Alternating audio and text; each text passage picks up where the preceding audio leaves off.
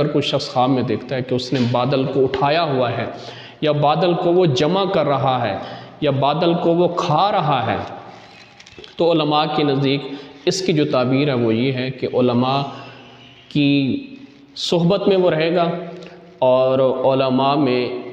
عقل و دانش کے لحاظ سے وہ شخص ممتاز ہوگا، اور اس کی زندگی حکمت سے بھری ہوئی ہوگی۔ ہاں، اگر کوئی شخص دیکھتا ہے کہ سیاہ بادل نے کسی جگہ کو گھیرا ہوا ہے، اور کالے رنگ کے بادل ہیں اور وہ چھائے ہوئے ہیں کسی جگہ پہ، تو یہ اشارہ ہے کہ وہ ملک عذاب الہی کا شکار ہونے والا ہے۔ ہاں، اگر اس طرح ہے کہ وہ جو سیاہ بادل ہیں